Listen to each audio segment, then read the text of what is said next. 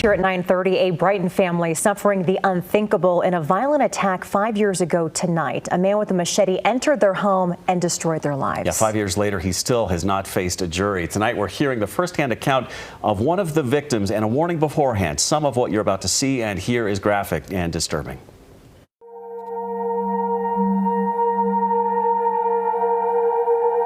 Of all the unforgettable moments she caught on camera with her mom, Bonnie, the dancing, Hi, Grandma. Hi, Grandma. the goofing off, the good times. Don't do that. There's one cell phone video that just won't stop replaying in Paige Skinner's mind. I'm gonna be your angel. My guardian angel. Yeah. Oh, I'm gonna be with you. A message from mom to daughter, poignant and now prophetic, after what happened in this house that life-shattering night 5 years ago. It was August 11th in 2020. My little sister Anna and I were sitting in my room. We heard quite a few big bangs at the door. We kind of brushed it off thinking that it was the dogs downstairs. Come to find out that the family friend Lonnie McNair was trying to break down the door with a machete.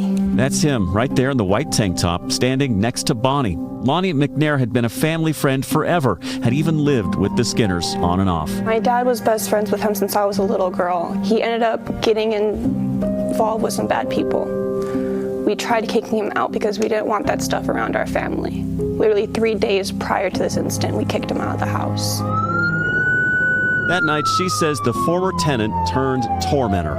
As Paige and her sister went to the top of the stairs to see what was happening, her uncle answered the door, suddenly face to face with a man and a machete. Lonnie kind of tried pushing in. He tried closing the door on Lonnie, but he failed, unfortunately, and he got quite a few hits on his back. He has some scarring on his back right now from it. Then the intruder made his way upstairs toward Paige and her sister. I heard him trying to break down my little sister's door, so I called him over to me. He ended up throwing me up against the wall with how hard he hit the door, and he tried cutting my head off with the machete, and I ended up grabbing it, stopping him. Her hand maimed in the attack, a finger nearly cut off. You thought he was going to kill you? I thought I was going to die right there, and then I thought it was it. Somehow I was able to crawl out from the bedroom underneath his legs, and I ended up making my way down the stairs. It was only after she made it outside the house that the real nightmare began. I see my father coming down the stairs. I see Lonnie chasing him with the machete. He wailed on his head twice. He had a huge X mark on his head. He almost lost his vision. And then my mom ended up following me out to check on me because she heard me trying to yell for help. She died protecting me. 51-year-old Bonnie Skinner, severely lacerated, killed right here in front of her Brighton home as family and neighbors watched in helpless horror. I feel survivor's guilt 100%, because if she didn't follow me out, she would still be here. Moments later, the alleged attacker drove off. He had the nerve to run her over twice. After he was done butchering her, he ran her over twice with the car. He was arrested after a short police chase and charged with Bonnie's murder and a slew of other crimes. We tried helping him, and why would you do that to us? I know I'm 26, but when this happened, I was 21 years old, and I still need my mom. I have so many questions about life, and I now have to figure it out by myself when it wasn't supposed to be like that. I was supposed to put her in a retirement home. I was supposed to take care of her, and I don't get to do that.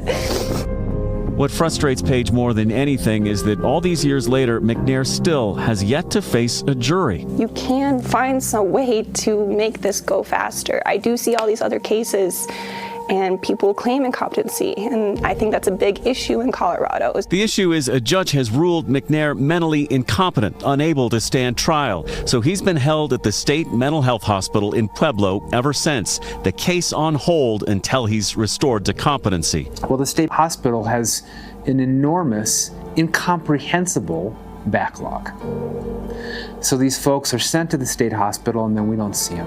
17th Judicial District Attorney Brian Mason can't comment on the specifics of this case as it works its way through the court, but he says families of victims are not the only ones frustrated by the slowdowns. It's very frustrating to me to not be able to prosecute a case. And the state of Colorado is literally under a consent decree right now because the state has not met the standards for competency.